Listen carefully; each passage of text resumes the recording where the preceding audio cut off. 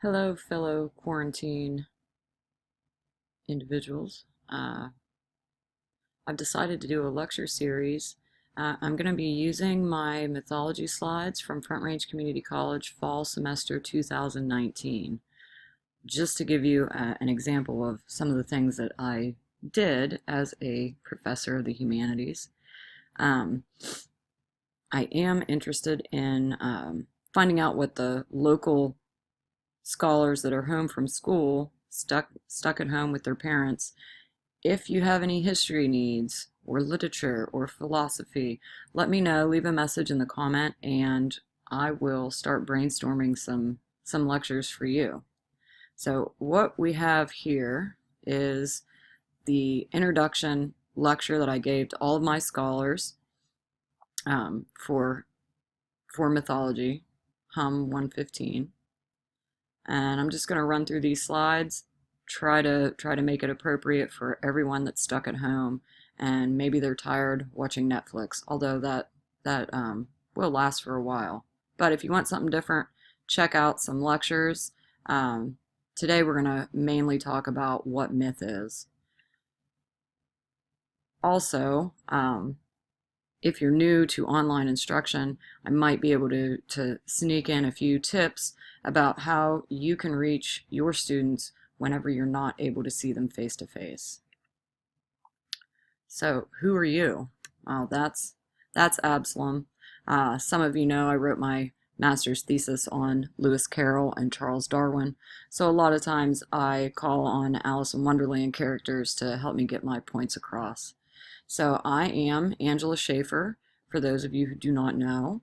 Currently, I have a hair salon that is unfortunately closed due to the quarantine, but I'm also a humanities instructor. I'm a medievalist, mythologist, historian, and all around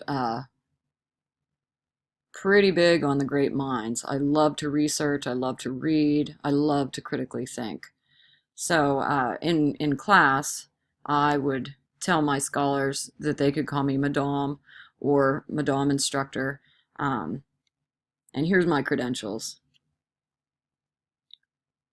At Front Range Community College in Longmont, Colorado, I instructed world mythology, early civilizations, medieval world, and modern world.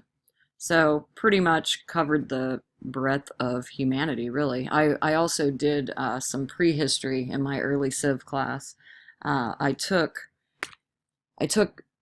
some interest in big history, so that would be before humans, like leading up to humanity, what the Earth contained before we humans were here. So that's pretty cool too. I am going to try to share some big history links. It's pretty fascinating. They tell the history of the entire world in, I think, 13 minutes, which is pretty intense. Again, these slides are from 2019, so I was still working on my master's certification. It was conferred on the 1st of March. Hoorah for Madame. I graduated with a 4.0, so go me. So here's where I would ask them a little bit about themselves. I would pass out a note card to everyone. And this helped me get to know a little bit about my scholars, and it allowed them some privacy, writing down their personal issues on the card, which I never shared the cards with anyone. Actually, at the end of semester, I shredded them, destroyed them, set them on fire, something like that. It was all very private information. But I'd ask them to list their preferred name. You know, my real name is Angela. That's a name I don't really care for. So if I was the student, I would have wrote Angie. And then for pronouns, I would have wrote she, her, and hers. So I'm a female. I identify as a female. These things are changing with our current society, so I like to know what my scholars identified as, so that we could all be on the same page. I was always interested in their major, what they were focusing on, what they wanted to achieve by attending classes in academia. And then I would ask if there were any unique challenges that I should know about. I don't like the D word. disability. I don't feel disabled. I call things unique challenges because these are personal flares about ourselves that make us who we are. So my example was I lived in Denver. It took me an hour and 15 minutes to drive to and from campus every day. So that's a challenge. Dyslexia. Yeah, this guy's real.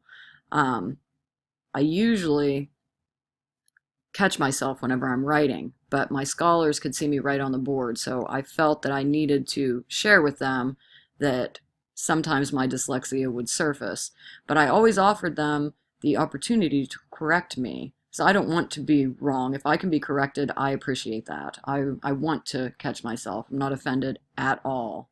I do need help with the pronouns, and I still need help with it. I'm still coming to terms with that, but I always appreciated whenever they would let me know how they identified.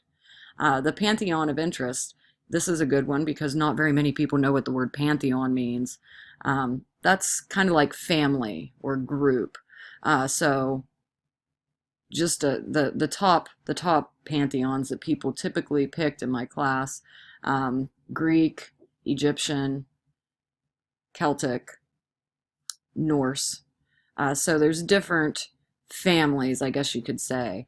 The really interesting thing about the different types of myth is that often a lot of the stories carry the same type of meaning. And that's what's really interesting whenever you look at mythology. So we would go around the room, and up on the board I would write different pantheons. And I always ask them, do you notice a theme between these? And a lot of times their answers would start with, well, they're all generalized based on the area. You know, we have Japanese myth and Chinese myth, Korean myth, Norse myth. So yeah, they were different peoples, but again, that theme is going to be that a lot of the stories are actually the same. So the myths, their commonalities are the morals that are included. Origin stories and destruction stories are always very important for mythology. Myth was trying to find out where we came from and where we were ultimately going. So can you think of a contemporary version? I bet every single person can. There are many contemporary versions of myth. Myth gets recycled and repurposed throughout history. So this is an icebreaker. In academia, we call little mandatory fun exercises like this an icebreaker. The point of it is just to get people that don't know each other talking and connecting with each other. So I always gave them a question that it would be very open-ended answer. So this one is marooned on a savage island. So we are to assume that we're going to land on this island, and we're in a group of 3. You talk to your peers for 3 minutes and try to figure out what items you would want to take. So for us in our current situation, it may be fun or frustrating actually to decide what it is in your home that you're quarantined in right now. What is the most important object that you absolutely have to have to survive? What is the most necessary? And how are we going to survive this? We're going to survive it by just listening to what we're told to do. And right now we're told to stay at home and just, social distance. It's difficult for many of us, but that's what we're going to do. We don't really have a choice. My slides, they often were kind of like my notes, so I would remember to talk about these things. So to cut down on printing, at Front Range, we had an online option. So I would always have the syllabus available online. There were a few people that like to have those things printed out, but a syllabus, you don't really reference it every day. It's kind of like stereo instructions, it gives you the basics of the course, but it's an overview. Also, it's apt to change, based on how the class is proceeding. you might have to change a few things. This word here is possibly important, devoir. Devoir it's en français for a list of things that you need to do or your homework. So anytime you see devoir, just know that that is something as a suggestion that you could work on at home if you'd like to. One thing I did do for the syllabus, I made a one-page printout for efficiency, and my scholars loved that. It had all of the really important things, what assignments were worth, when things would be due, and a few useful phrases that they would need to understand to get the most out of the class.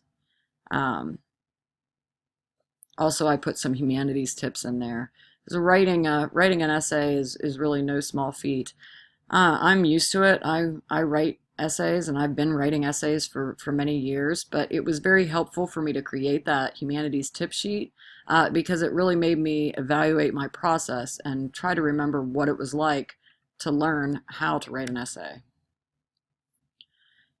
So this is a lot of words. For anybody that is a master at using PowerPoint, you immediately know that this is too many words for a slide. But again, my slides were often my notes. So I just wanted to remember all of these things and make sure that I told my scholars about them. Also, another little trick that I did, I posted all my slides in our online course shell. That way, after class, the scholars could, theoretically, go back and review the slides in their own time and get more out of it. So one thing I do want to talk about is how important reading is. Whenever you read the story, the translated primary text, it's so important because you are reading the words, but you're also understanding it in your own mind. You're critically thinking about these things, and you're making connections. I had to have all my scholars read so that we could talk about these things. Otherwise, it was just me standing up there talking about the story, which isn't as much fun as if we have a conversation or a debate about these things. Wednesday critical questions, they were dismissed because people found them confusing. I never thought it was confusing. I would post a question on Sunday. They had to answer it by Wednesday. I think that's pretty cut and dry, but whatever. Myth reflections, these showed up every week. So we had 15-week classes, so there were 15 reflections. And again, a really pretty easy assignment because you wrote your subjective interpretation. That means whatever you think and you feel about it. So if anybody ever asks you to write a reflection, know that you can use the I. You can say, I think blah, blah, blah, or I feel that Thor might not really be that heroic because he drank the ocean. That's just a teaser for the Norse mythology lecture that will be coming up. You also can relate antiquity with the current era. So a lot of the myths are ancient, yet their morals are still applicable for today. The heroic monomyths, this was a favored assignment by most of my scholars. Anybody that likes creative writing loved to do this assignment because you get to write your own mini myth. You could have used the old gods or you could create new ones. The best stories were, I found, the ones where they just created their own short story. It was a lot of fun. They had to use the heroic elements from Joseph Campbell's heroic journey or cycle. But if you know Joseph Campbell's heroic cycle, all good stories have at least 5 aspects of that. So it was a good time for all of us. The elemental journal also was a favored assignment. I printed out a page each for nature. We were doing natural research, and we were using empiricism.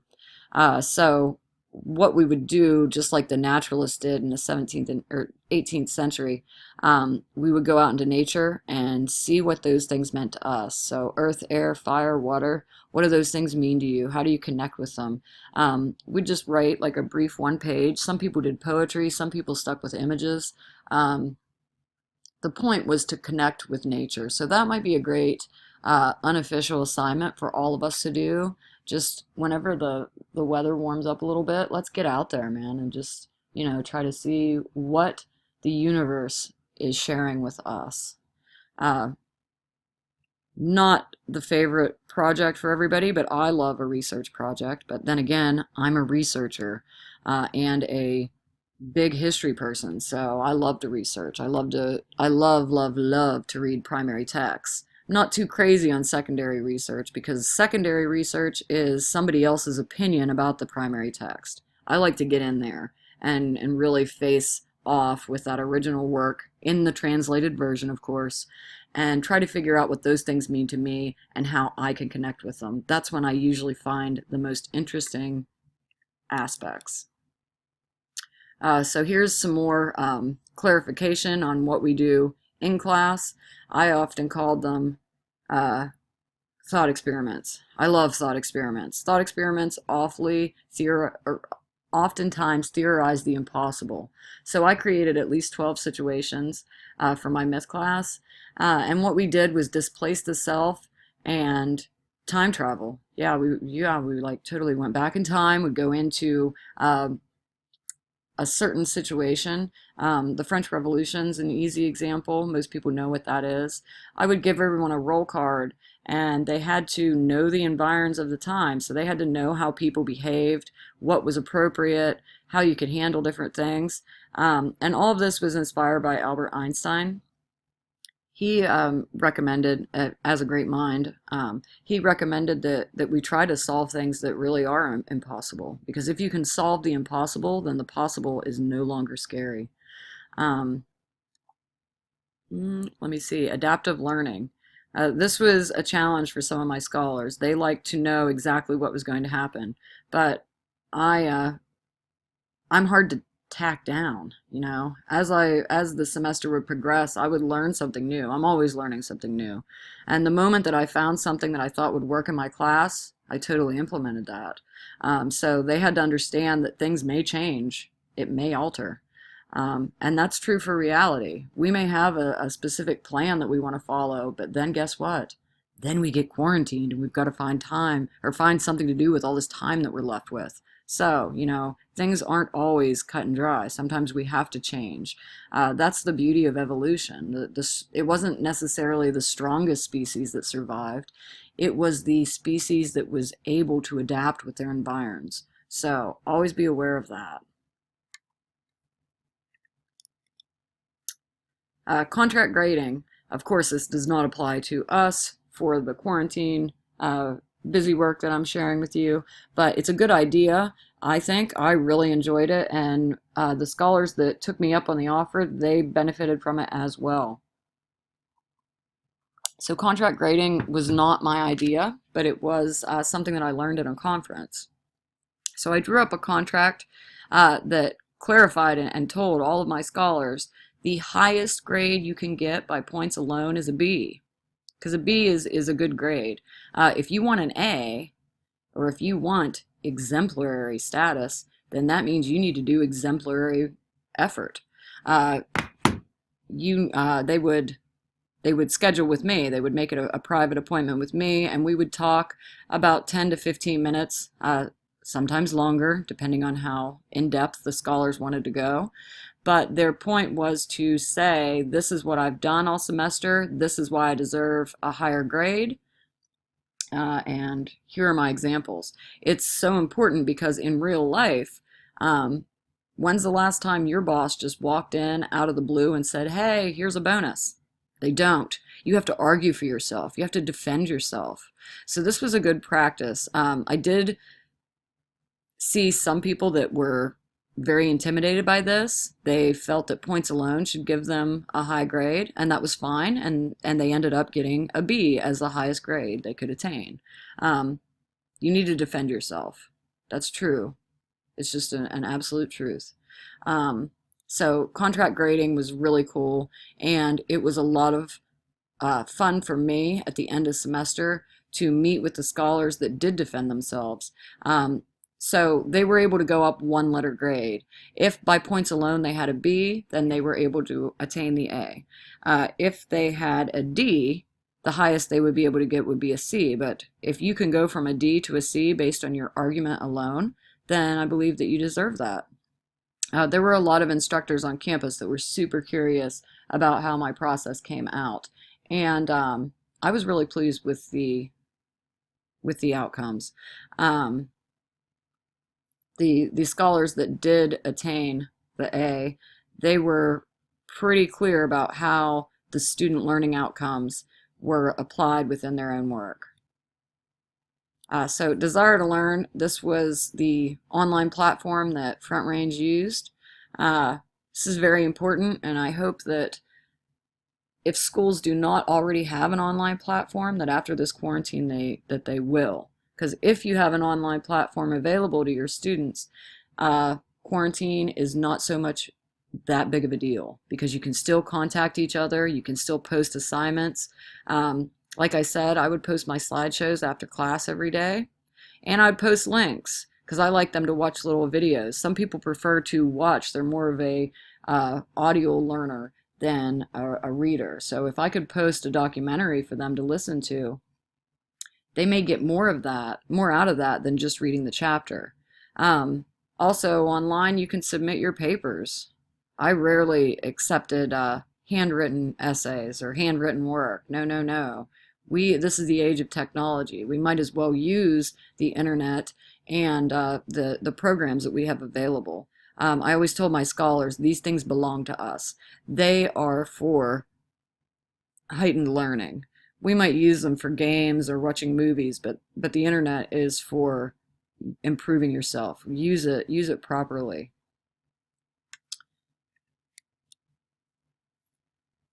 So here's another slide with way too many words, but I'd just like us to check out Front Range Community College's student learning outcomes. These are really important. Front Range did a great job putting this package together. So there's 5 of them: critical thinking, effective communication, information and technology literacy, professionalism, quantitative reasoning. All 5 of these things are important for everyday life. So I made sure that all of my classes and lectures and assignments revolved around these student learning outcomes.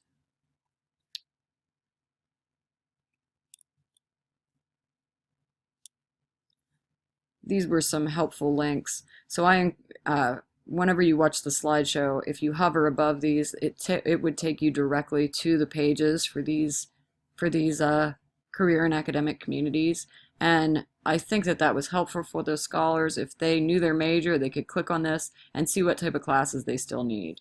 Also, there was a link for their advisor. The advisor helped our scholars out a great deal because the advisor knew what that student needed to get so that they could move on to university. So maybe I should put this closer to the front of the lecture, but how can hum help my major? It's like so liberal arts, man. Yeah, humanities is liberal arts, but I'd argue that it's also a great deal of sociology is involved in humanities, because what we're really doing is studying human nature. I personally am a great mind scholar. That means I study all the greats, all of the polymaths, the famous scientists, famous musicians, artists, historians, all of them. Those are my people. So we do something called interdisciplinary research methodology, which means that we always look at the history, we read the literature, and we consider the philosophy. We combine all 3 of those things into one intense methodological approach. So we make the arts talk with the sciences. Humanities does not see art and science as separate. We see them as cousins, as friends, as fields that should communicate with each other. Every single thing that I have ever done in the humanities requires critical thought. And then we also can utilize creativity to make that critical thought happen. Also, we've got some elite skills, and that makes for some super strong scholarly approaches. So, I already talked about my thought experiments, but all my scholars are time travelers. And what we were really doing was analyzing human nature. And overall, the general question I would ask, has human nature changed? Has human nature changed since the beginning of humanity? I don't want to tell you the answer, but I'd love to hear what you think. Do you think humans of today are better, different, or worse than humans of ancient world or prehistoric world? How do we match up? So this is absolutely true. I have a passion for my field, and I love, love, love academia. I love history. I love philosophy.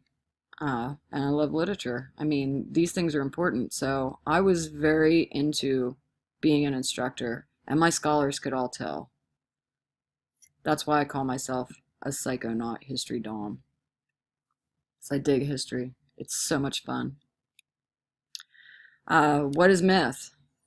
That's another one that maybe it should be closer to the front of the slideshow. But what is myth? Myth is different than an urban legend, a fairy tale, or a morality tale. One of the reasons it's different is because it's over 1,000 years old. It's ancient. It's been around. It's last this long. It has duration. Fairy tales aren't that old. They still have morals in them often, but they just don't have the longevity of myth. And Thury and Davini, who were the editors for our Introduction to World Mythology textbook, they noted that mythology really examines reality. Before we had science, we had mythology. And so it was really people looking at reality, the world around them, and saying, well, goodness, where did this come from? Where did we come from? And why are we here? And where are we going? So myth was looking for answers. However, mythology is aware that she is false. She knows that she's a false story. She doesn't claim to be true. She knows that we don't really have the answers to these questions. So mythology uses the story to figure out what happened and what we can do with what we have. So whenever I studied Tolkien last summer, he said that there's such a thing as living myth. So the Lord of the Rings and the Hobbit stories, they challenge the duration requirement, saying that they don't have to be 1,000 years old to be a myth. But, what do you all think? Do you all think that myth is different than these other options? And why do you think that? An urban legend is not a myth. An urban legend is something that parents often use to tell their children, or you hear from like a second party. And they're usually a warning. Like, don't go into the woods after dark because XYZ. Often there's probably some poor elderly woman that lives out there, and the urban legend is that she's a witch that eats children. Chances are she's probably not the Baba Yaga, but who knows? The urban legend just wants you to stay out of the woods. Do you want to play a game? Always a fun question, because everybody wants to play a game. Correction, most people want to play a game. Some people actually do want to write essay. So rumor or telephone, this is a fun game. I would whisper a phrase, which was a quote from Socrates, into one scholar's ear, and then they would pass it in whispers to each other. And by the end, I'd write that on the board, and we would see if it would match. It never matched. The limitation of oral tradition is whenever we hear something, we automatically put it into our own words so that it makes more sense to us, and then we pass that along. So I was trying to highlight the importance of reading. Being able to read the story is better than having to memorize the entire textbook, right? So here are some theoretical approaches for studying myth, or how one approaches mythology and what lens you can really look through to understand why people thought the way that they did. Epistemology, this is a form of comparative mythology, but it's also known as Volk theory or folk theory, the theory of the people, what the myth or story means to the local environment. Anthropology uses myth as ritual or myth as influence. Psychology That one was a little more complicated, and it was super fun. Everyone loved talking about dreams. This is when we would talk about dreams, and they would try to analyze each other's dreams. And we would have a general argument in class if what dreams were, if they were prophetic, or if they were just mind dumping from the brain having a busy day. It's a good argument because there's evidence, or maybe not evidence, but theories that support both sides. Joseph Campbell was our main course influence, and we used the hero's journey to understand the mythic self. Structuralism by Claude Levi-Strauss and Prop, they say that one thing leads to another. So A is going to lead to B, which leads to C, and so forth. Sacred and profane, this is setting up through dualism. Some things are sacred, some things are profane. Profane would be everyday, whereas sacred would be, I think holy would be another exchange. Like for anyone that's ever been into a Catholic church, whenever you walk in, you are profane because you're coming from the outside world. And Catholics know they dip their finger in the holy water and make the sign of the cross, and that grants them a little bit of sacredness so that they can enter the holy environment. Just an example. So if you have time, which I know we all do, get on YouTube and check out Crash Course. Not just for world myth, but they've got great psychology, science, and history specials as well. It gives you a little mini lecture in under 12 minutes usually, and it'll really break down some concepts in difficult material. So this is my method. MME stands for Madame. It's just like an abbreviation, like you use MRS for Mrs.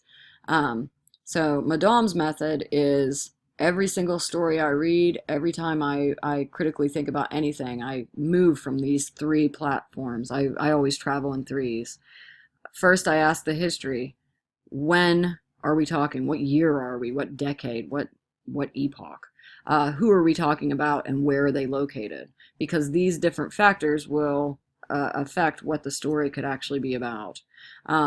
Literature is the story itself. What and how. What happened and how did the people react to it? And philosophy, it's always going to tell us why the people believe that was okay, why these things are true. So all three of them together, that's what the humanities are. So try applying that, even if it's not a scholarly piece. You're watching something on Netflix. Try out Madame's method and see if history, literature, and philosophy can give you a new take on something you've already visited. So this was our first reflection, and we would try to do this in class. So they had like 3 minutes to write. I called that exploratory writing. And it's very helpful. I'll ask a question. The question for us right now is, where do you see myth in contemporary era? So right now, where do you see mythology? What myth is happening still, or being reproduced, or being remade? So take 3 minutes and just write. It doesn't matter if it's complete sentences. It doesn't matter if it's grammatically correct. It could even be in list or outline form. Just write down anything that you think is myth in contemporary era.